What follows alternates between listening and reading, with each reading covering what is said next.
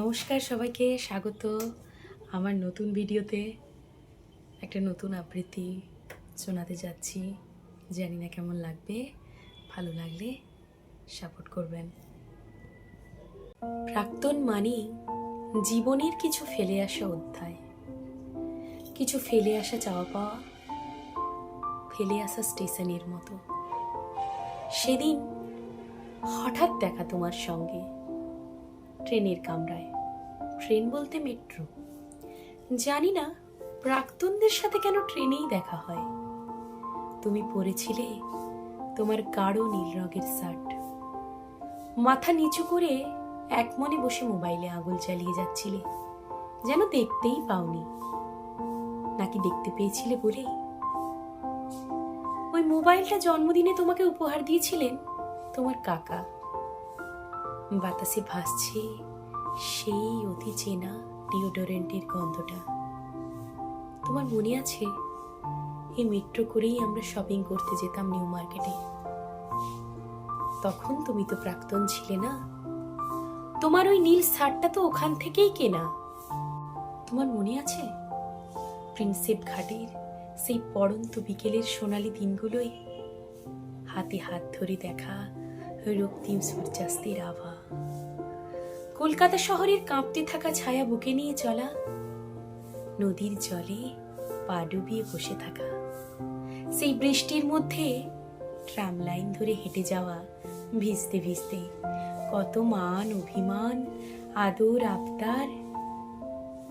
অতীতের স্মৃতি বড় সুখময়, তবে স্মৃতি আঁকড়ে বেঁচে থাকা ভালো না মন্দ তা আমার জানা নেই।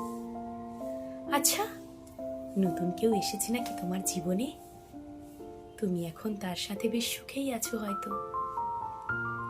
আমি সাধারণত মেট্রোর লেডিস সিটেই বসি, কিন্তু সেদিন কোনো রকমে দৌড়ে সামনে যেটা পেয়েছি সেটাতেই। তাই জেনারেলেই ঠাঁই হলো অগত্যা। ঠিক পাশের সিটেই বসে আছো তুমি। আমাদের মাঝখানে শুধু অচেনা একজন, মাত্র একজন। এত কাছ থেকে দেখলাম তোমাকে, ইচ্ছে করলে হাত বাড়িয়ে ছুঁয়ে দিয়ে ডাকতে পারতাম। সে হাতে এখনো লেগে আছে তোমার উষ্ণ স্পর্শ, নিঃশ্বাসে এখনো তোমার উজ্জ্বল উপস্থিতি। শ্যামবাজার, শোভাবাজার, সেন্ট্রাল, একের পর এক মেট্রো স্টেশনের নাম ঘোষণা হচ্ছে। যাত্রী নামছে, উঠছে। তুমি কোথায় নামবে আমি জানি না, তবে আমি নামবো রবীন্দ্র সদনে। আমি নয়, আমরা। মাকে নিয়ে যাচ্ছি সাথে, কিছু টেস্ট করাবো। আমার মায়ের ব্লাড ক্যান্সার, 4th স্টেজ। রোগটা যখন ধরা পড়ল, আত্মীয় স্বজন হিতৈষী সবাই আস্তে আস্তে সরে পড়ল পাশ থেকে।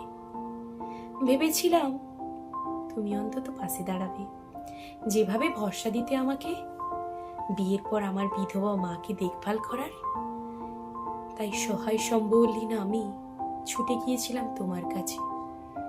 কিন্তু তুমিও যে এভাবে মুখ ফিরিয়ে নেবে তা আমি দুঃস্বপ্নেও কোনোদিন ভাবিনি। পরিস্থিতি বড় নির্মম কুঠার। এক রকমায় সে ক্লান্ত রঙিন স্বপ্নের জগৎকে ফালাফালা করে, আছড়ে ফেলে বাস্তবের কঠিন পাথরে। মত্ত বুনো হাতির মতো পাড় মারিয়ে দিয়ে চলে যায়, সব কিছু প্রাক্তন করে দিয়ে। থাক সেসব, সংযত করি নিজেকে। অতীতের দুঃস্বপ্নের বর্তমানকে টেনে এনে কি লাভ? তুমি তো এখন শুধুই প্রাক্তন। আমরা নামলাম রবীন্দ্র সদনে। তোমাকে নিয়ে ঝড়ের বেগে বেরিয়ে গেল ট্রেন, যাত্রা করলো যেন অনন্তের পথে। তোমার শার্টের নীল রং ফিকে হয়ে আসতে লাগলো, আস্তে আস্তে শার্টের বোতামগুলো হয়ে উঠলো যেন অস্তমিত সূর্য। ফিকে নীল রঙে গোলাপি ও হলুদ আভা মিশিয়ে অস্ত যেতে শুরু করল। নমস্কার, শোনালাম ইন্দ্রাণী মণ্ডল বাবুলের রচনায় প্রাক্তনের সঙ্গে শেষের সেদিন।